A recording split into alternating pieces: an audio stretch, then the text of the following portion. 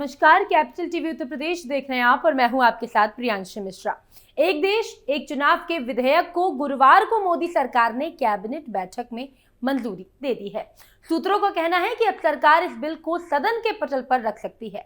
ये विधेयक अगले हफ्ते इसी शीतकालीन सत्र में लाए जाने की संभावना है, लेकिन इन सबके बीच सदन में विपक्षियों ने इसको लेकर जमकर हंगामा किया और अखिलेश यादव के बयान से भी बवाल मच गया है। तो चलिए आज की स्पेशल स्टोरी में अखिलेश यादव के बयान के साथ साथ आपको वन नेशन वन इलेक्शन का एक्सप्लेनर देते हैं।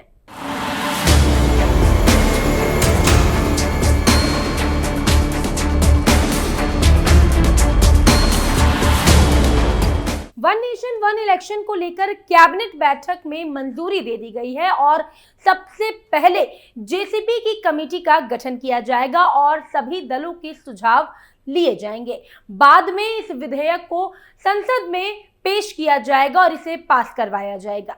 लेकिन इसको लेकर सपा प्रमुख और पूर्व उप मुख्यमंत्री अखिलेश यादव ने सरकार पर आरोप लगाया है।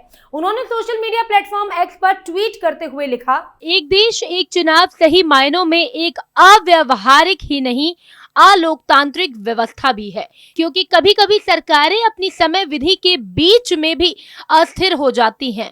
तो क्या वहां की जनता बिना लोकतंत्र प्रतिनिधित्व के रहेगी? इसके लिए संविधान रूप से चुनी गई सरकारों के बीच में ही भंग करना होगा, जो जनमत का अपमान होगा।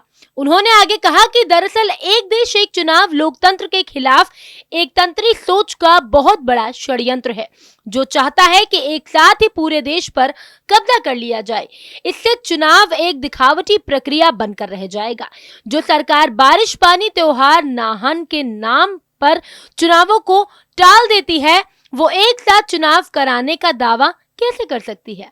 एक देश एक चुनाव एक छलावा है, जिसे मूल कारण में एकाधिकार के अलोकतांत्रिक मंशा काम कर रही है। ये चुनावी व्यवस्था के सामूहिक अपहरण की साजिश है। समाजवादी पार्टी के मुखिया और कन्नौज से सांसद अखिलेश यादव ने भारतीय जनता पार्टी को एक देश एक चुनाव के मुद्दे पर घेरा है। सपा चीफ ने शुक्रवार को कहा कि ये बीजेपी के चुनाव जीतने का जुगाड़ है। अखिलेश ने कहा था कि इसके लिए संवैधानिक रूप से चुनी गई सरकारों के बीच में ही भंग करना होगा, जो जनमत का अपमान होगा। दरअसल एक देश एक चुनाव लोकतंत्र के खिलाफ एक तंत्री सोच का बहुत बड़ा षड्यंत्र है, जो चाहता है कि एक साथ ही पूरे देश पर कब्जा कर लिया जाए। वन नेशन वन इलेक्शन, एक देश एक चुनाव, एक भारतीय जनता पार्टी की जुगाड़ है चुनाव जीतने की। इसी मुद्दे पर सपा सांसद और पार्टी महासचिव राम गोपाल ने भी अपनी प्रतिक्रिया दी है। उन्होंने कहा कि सरकार संविधान के अनुसार काम कर रही या नहीं, ये देखना है। बीजेपी वाले इमरजेंसी जैसा काम कर रहे हैं। वन नेशन वन इलेक्शन को लंबा रास्ता तैयार करके दिया जा रहा है और इससे फायदा भी है और नुकसान भी। तो चलिए अब आपको डिटेल में समझाते हैं कि वन नेशन वन इलेक्शन विधेयक आखिर है क्या। एक देश एक चुनाव की दिशा में मोदी सरकार ने निर्णायक कदम और आगे बढ़ा दिया है। कैबिनेट की मंजूरी के बाद इस संबंध में विधेयक सदन में पेश करने का रास्ता साफ हो गया है। मोदी सरकार ने एक देश एक चुनाव को लेकर पूर्व राष्ट्रपति रामनाथ कोविंद की अध्यक्षता में एक समिति बनाई थी। इस समिति ने 14 मार्च को रिपोर्ट सौंपी थी। रिपोर्ट को सितंबर में कैबिनेट ने स्वीकार कर लिया था। इसके करीब 3 महीने बाद विधेयक के मसौदे को कैबिनेट ने मंजूरी दे दी है। उम्मीद है कि सदन के इसी सत्र में विधेयक पेश किया जाएगा। कैबिनेट ने 2 विधेयकों को मंजूरी दे दी है। एक संविधान संशोधन बिल है, जिसे राज्यसभा और लोकसभा विधानसभाओं के चुनाव एक साथ करवाने के लिए पेश किया जाएगा। दूसरा आम विधेयक है, जिसे दिल्ली, पौंडीचेरी और जम्मू कश्मीर में लोकसभा और अन्य राज्यों के साथ विधानसभा चुनाव करवाने के लिए पेश किया जाएगा। हालांकि इस सत्र में विधेयक पास होने की उम्मीद नहीं है। उम्मीद है कि सदन में पेश होते ही विधेयक संयुक्त संसदीय समिति यानी जेपीसी के पास भेज दिया जाएगा। देश भर में एक साथ चुनाव कब से? एक देश एक चुनाव भाजपा और नरेंद्र मोदी का काफी पुराना एजेंडा है। प्रधानमंत्री बनने के बाद से ही मोदी इसकी वकालत करते हुए नजर आ रहे हैं। अपने दूसरे कार्यकाल में 2 सितंबर 2023 को कोविंद कमेटी बनाकर उन्होंने इसकी तरफ पहला कदम बढ़ाया था। अब वो कानून बनाने की प्रक्रिया शुरू करने जा रहे हैं, लेकिन अगर ये कानून बन भी गया तो अमल में 2029 में आएगा या फिर 2034 से, इस बारे में सरकार ने फिलहाल अभी कुछ नहीं कहा है। असल में सारे चुनाव एक साथ नहीं। सरकार के फैसले से एक और इशारा मिलता है कि अभी भी वो सारे चुनाव एक साथ करवाए जाने के पक्ष में नहीं है, क्योंकि कैबिनेट ने जिन विधेयकों को मंजूरी दी है उसमें पंचायत और निकाय चुनाव भी लोकसभा और राज्यसभा चुनावों के साथ कराए जाने से संबंधित विधेयक नहीं है।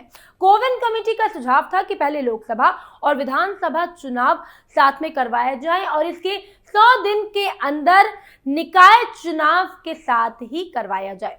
असल में सारे चुनाव एक साथ करवाने में पेच ये था कि इससे जुड़े विधेयक पर कम से कम आधे राज्यों की मंजूरी लेनी होगी। ये जरा टेढ़ी खीर है। लोकसभा और विधानसभा चुनाव साथ साथ कराने के संबंधी विधेयक पास करवाने में ये संवैधानिक बाध्यता नहीं, शायद इसीलिए सरकार इसी पहल से अमल के प्रति अपनी प्रतिबद्धता दिखाना चाह रही है। नंबर गेम में कौन कहां? कोविंद कमेटी के सामने जिन पार्टियों ने एक साथ चुनाव करवाने जाने की समर्थन में राय दी थी, आज लोकसभा में उनकी सांसदों की संख्या 271 है। जिन्होंने समर्थन नहीं किया, ना विरोध किया, उनके सांसदों में संख्या जोड़ जाए तो उसका आंकड़ा 293 तक पहुंचता है। इनमें एनडीए में शामिल टीडीपी के सदस्य भी हैं। अगर ये सब सदन में सरकार के समर्थन में मतदान करें तभी उसी हाल में ये विधेयक पारित हो सकेगा जब वोटिंग के लिए कुल 439 सदस्य ही मौजूद रहे। अगर सभी सांसद वोट के लिए मौजूद रहे तो लोकसभा में विधेयक पारित करवाने के लिए 362 सांसदों की जरूरत होगी, जो कि 2/3 होती है। ऐसे में ऐसा भी हो सकता है कि लोकसभा में विधेयक गिर जाए।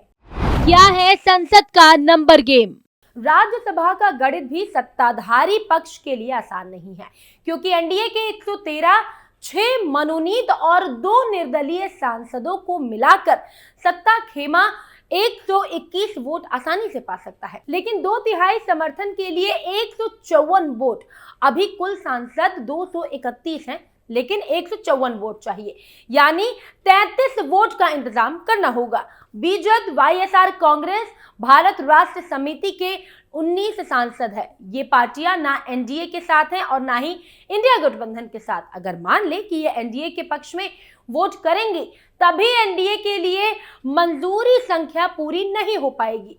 इंडिया खेमे में 85 सांसद है। निर्दलीय कपिल सिब्बल भी उनकी तरफ से वोट कर सकते हैं। एआईएडीएमके के 4 और बसपा के 1 सांसद है। इनका झुकाव किसी खेमे की ओर नहीं दिखाई देता। ऐसे में वोटिंग के दौरान इनके रुख के बारे में अभी कुछ भी कह पाना मुश्किल की बात है। कैसे होगा लागू?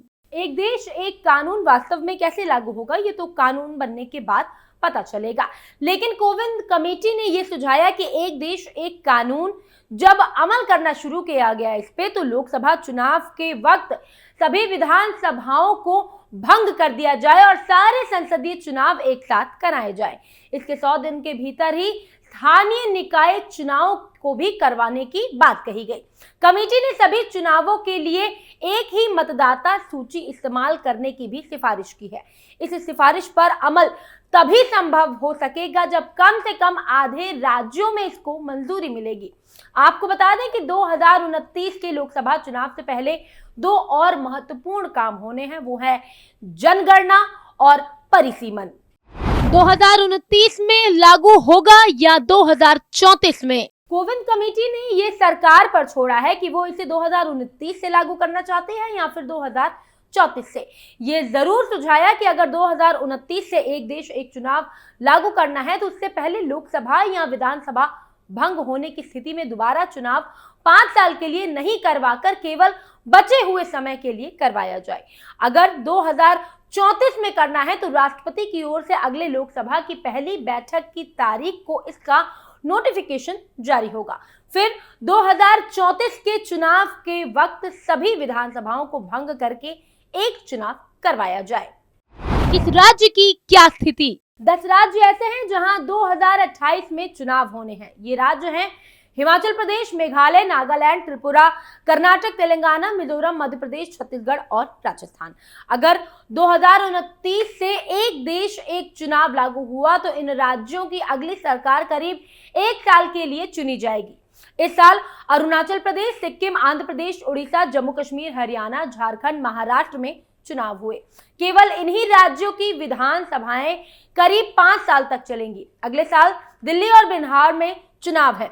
पश्चिम बंगाल, तमिलनाडु, असम और केरल में 2026 में चुनाव है। उत्तर प्रदेश, पंजाब, गुजरात की सरकारें महज 2 साल के लिए चुनी जाएंगी क्योंकि वहां 2027 में चुनाव होने हैं। एक देश एक चुनाव के विरोध में कौन? कोविंद कमेटी के सामने 32 पार्टियों ने एक देश एक चुनाव का विचार को समर्थन दिया और 15 ने विरोध किया।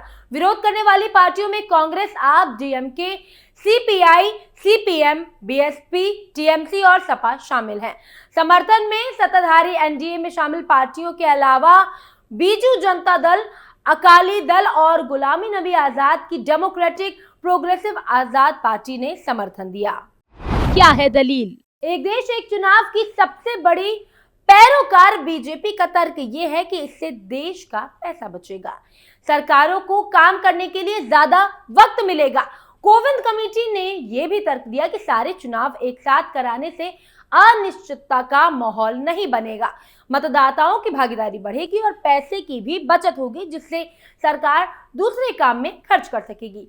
कांग्रेस इसे लोकतंत्र के सिद्धांतों के खिलाफ और राज्यों के अधिकार में कटौती की साजिश बता रही है। यानी कुल मिलाकर मोदी सरकार ने वन नेशन वन इलेक्शन विधेयक को लेकर विपक्षियों में खलबली मचा दी है।